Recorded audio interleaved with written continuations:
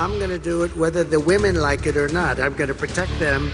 Listen, it actually is, I think, very offensive to women. Jabs and personal attacks have been dominant in the campaigns of both candidates. The race between Kamala Harris and Donald Trump remains as tight as ever. Immigration is a top issue on the campaign trail.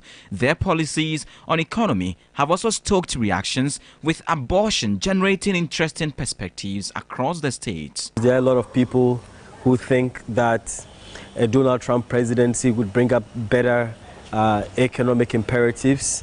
There are some people who think Kamala Harris presidency would be better in terms of female rights, in terms of female reproductive rights, will be better in terms of race relations. After months of campaigning, there is now just hours to go. Voters will decide which character to cast their vote for, as both candidates are courting female voters. And all I can say is I read where she was not black, that she put out, and I'll say that, and then I read that she was black. I mean, honestly, I think it's a tragedy that we have someone who wants to be president who has consistently, over the course of his career, attempted to use race to divide the American people. But what could drive people's choice?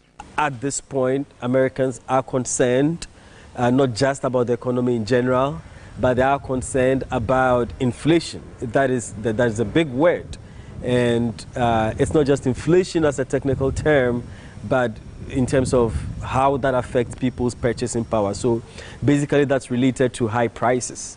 So there's a lot of concern about the cost of living. There is concern about affordability.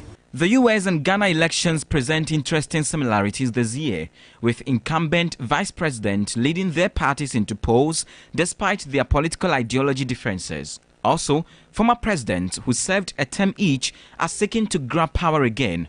There are parallel issues in both countries that make an interesting watch. There was a time we did not have the debates in Ghana, but after some time we did have it. And now there are controversies about whether there should be a debate or not.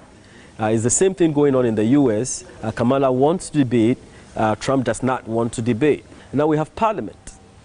In the US, we saw what happened on January 6th, the incidents, the attacks that took place. We also had a similar incident in Ghana's parliament the last time around, where there was a lot of violence in the House. And so there have been polls predicting the outcome of the US elections. And if they are right, it means that this would be one of the closest presidential race in modern history. And as they say, when the United States coughs, the whole world catches a cold. A reason you must be concerned about what the outcome is. Christian Yali, TV3 News.